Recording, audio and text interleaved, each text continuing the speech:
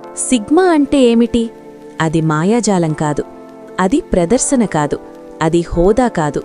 Sigma అంటే మాటల కన్నా గంభీరమైన మౌనం, అరవకుండానే ఆధిపత్యం, చూపకుండానే శక్తి, కదలకుండానే ప్రభావం.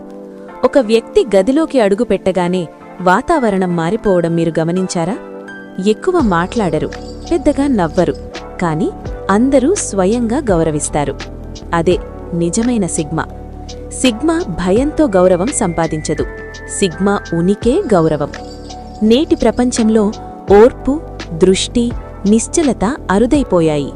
రీల్స్, షార్ట్స్, శబ్దం, గందరగోళం మన మనసులను చీల్చేస్తున్నాయి.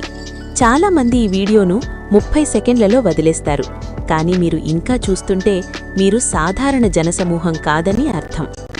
ఎందుకంటే సిగ్మా పారిపోదు, సిగ్మా ఆగి వింటుంది, అర్థం చేసుకుంటుంది, తనపై తాను పనిచేస్తుంది. సిగ్మా వ్యక్తి అరవదు, అతని శరీర భాష మాట్లాడుతుంది.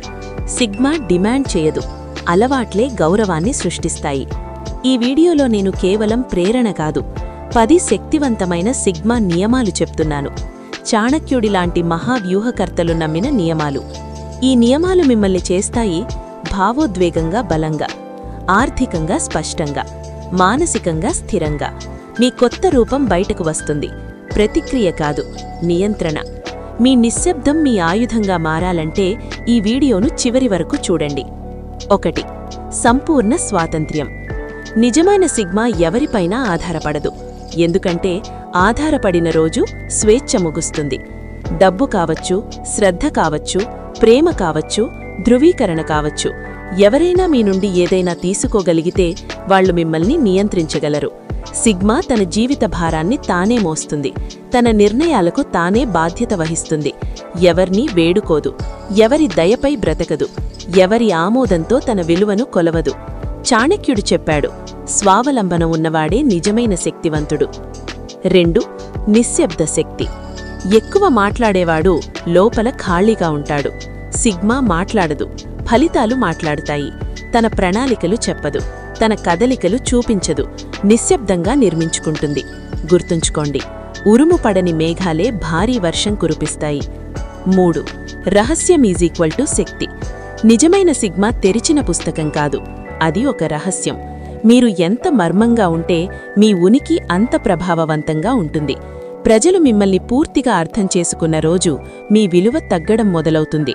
రహస్యం భయాన్ని పుట్టిస్తుంది, భయం గౌరవాన్ని పెంచుతుంది. 4. శ్రద్ధ కోసం పరుగురెత్తవద్దు. శ్రద్ధ అడగడం ద్వారా రాదు, మీకు అవసరం లేనప్పుడు అది వస్తుంది.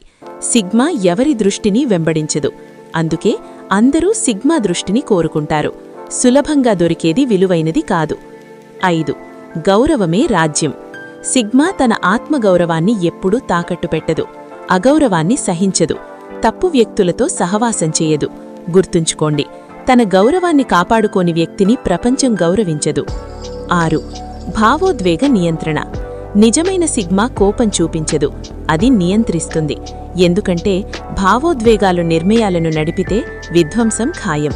చాణక్యుడు చంద్రగుప్తుడికి నేర్పింది ఇదే. హృదయం కాదు, బుద్ధి నిర్ణయించాలి. 7. మీ సహవాసాన్ని మార్చుకోండి.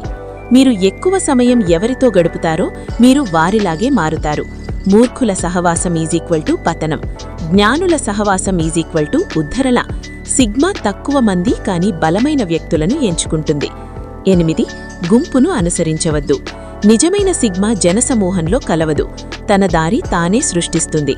చాణక్యుడు గుంపును అనుసరించలేదు, అందుకే చరిత్రను మార్చాడు. 9. శక్తి ప్రదర్శించవద్దు. నిజమైన శక్తి అరవదు, అది అనుభూతి చెందబడుతుంది. సిగ్మా మాట్లాడదు, సిగ్మా ఉనికి మాట్లాడుతుంది. 10. ప్రతిరోజూ 1% మెరుగుపడటం. సిగ్మా ప్రేరణ కోసం కాదు, అలవాటు కోసం పనిచేస్తుంది. సమయం వృధా చేయదు, శరీరం, మనస్సు, నైపుణ్యాలపై పనిచేస్తుంది. 1 సంవత్సరం తర్వాత ప్రపంచం అడుగుతుంది, నువ్వు ఇంత దూరం ఎలా వచ్చావు? మీరు నిజమైన సిగ్మాగా మారాలనుకుంటే ఈ వీడియోను లైక్ చేయండి. తెలుగు లైఫ్ నీతి ఛానల్ను సబ్స్క్రైబ్ చేయండి. బెల్ ఐకాన్ ఆన్ చేయండి. కామెంట్స్లో చెప్పండి, మీకు నచ్చిన పాయింట్ ఏది? మీరు ముందుగా ఏ లక్షణంపై పనిచేయబోతున్నారు?